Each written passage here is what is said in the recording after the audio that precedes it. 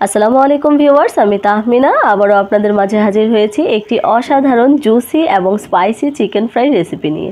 এই চিকেন ফ্রাইটা তৈরি করা এতটা ইজি যে আপনি যখন তখন মন চাইলেই এটা তৈরি করে নিতে পারবেন।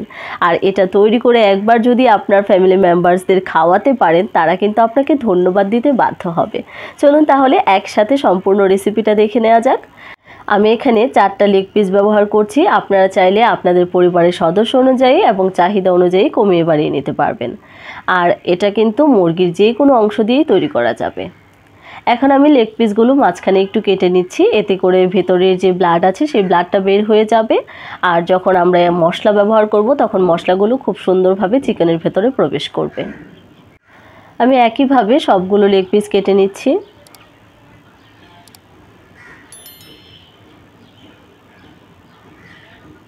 সবগুলো কেটে নেওয়ার পর আমি ম্যারিনেট করার জন্য একটি পাত্রে নিয়ে নিচ্ছি।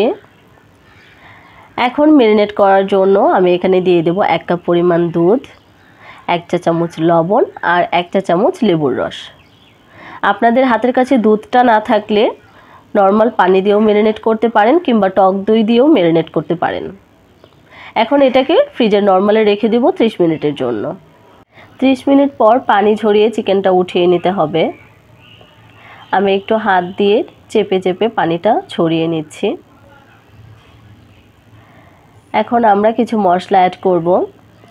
দিয়ে দেব 1/2 চা চামচ আদা বাটা, 1/2 চা চামচ রসুন বাটা, 1 চামচের 3 ভাগের 1 ভাগ গরম মশলার গুঁড়ো, 1 চামচের 4 ভাগের 1 ভাগ দিয়ে দেব গোলমরিচের গুঁড়ো, 1 চা চামচের 4 ভাগের 1 ভাগ দিয়ে দেব এলাচের গুঁড়ো, 1/2 চা চামচ দিয়ে দেব ভাজা জিরের গুঁড়ো, 1/2 চা চামচ দিয়ে দেব লবণ, 1/2 চা চামচ দিয়ে দিচ্ছি লাল মরিচের গুঁড়ো এবং 1/2 চা চামচ দিয়ে দিচ্ছি চিনি। এখন আমরা সয়া সস দিয়ে দেব 1 চা চামচ, বারবিকিউ সস দিয়ে দেব 1 চা চামচ। বারবিকিউ সসটা দিলে খুব সুন্দর একটা ফ্লেভার আসে। আপনাদের কাছে যদি অ্যাভেলেবেল না থাকে তাহলে এটা স্কিপ করলেও চলবে। এখন টমেটো সস দিয়ে দেব 2 চা চামচ।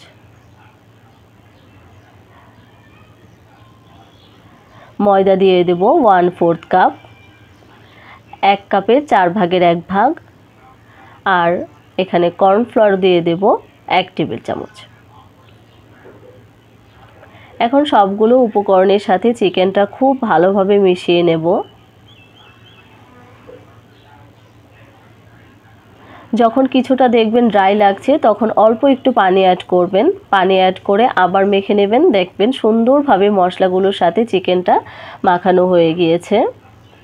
ঠিক এই রকম হবে। এখন এটাকে আমি 20 মিনিটের জন্য রেখে দেব এবং তারপর ভাজতে চলে যাব। 30 মিনিট পর ভাজার জন্য আমি একটি প্যানে আগে থেকে তেল গরম করে রেখেছি। এখন একে একে চিকেনগুলো দিয়ে দেব। খেয়াল রাখতে হবে চুলার জালটা যেন একদম মিডিয়াম টু লো হিটে থাকে। আমার জালটা অনেক বেশি ছিল, তাই একদম তাড়াতাড়ি চিকেনগুলোতে কালার চলে এসেছে। পরবর্তীতে আমি জালটা একদম কমিয়ে রেখেছি। কমিয়ে এপিট ওপিট খুব সুন্দরভাবে ভেজে নিয়েছি। 2-3 বার করে উল্টে পাল্টে ভেজে নিতে হবে, তাহলে চিকেনটা খুবই ক্রিস্পি হবে আর অনেকক্ষণ পর্যন্ত এই ক্রিস্পিনেসটা বজায় থাকবে। চুলার জালটা লো হিটে রেখে আমি কিন্তু উল্টে পাল্টে আরও 2-3 বার ভেজে নিয়েছি। দেখুন কালারটা কতটা সুন্দর এসেছে। আমি এখন তেল ঝরিয়ে উঠিয়ে নিচ্ছি চিকেনগুলো।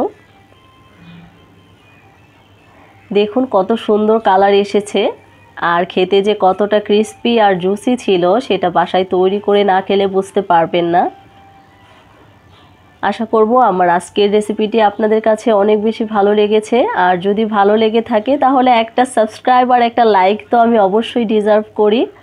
আশা করব এভাবেই আমার সাথে থাকবেন, আমাকে সাপোর্ট করবেন।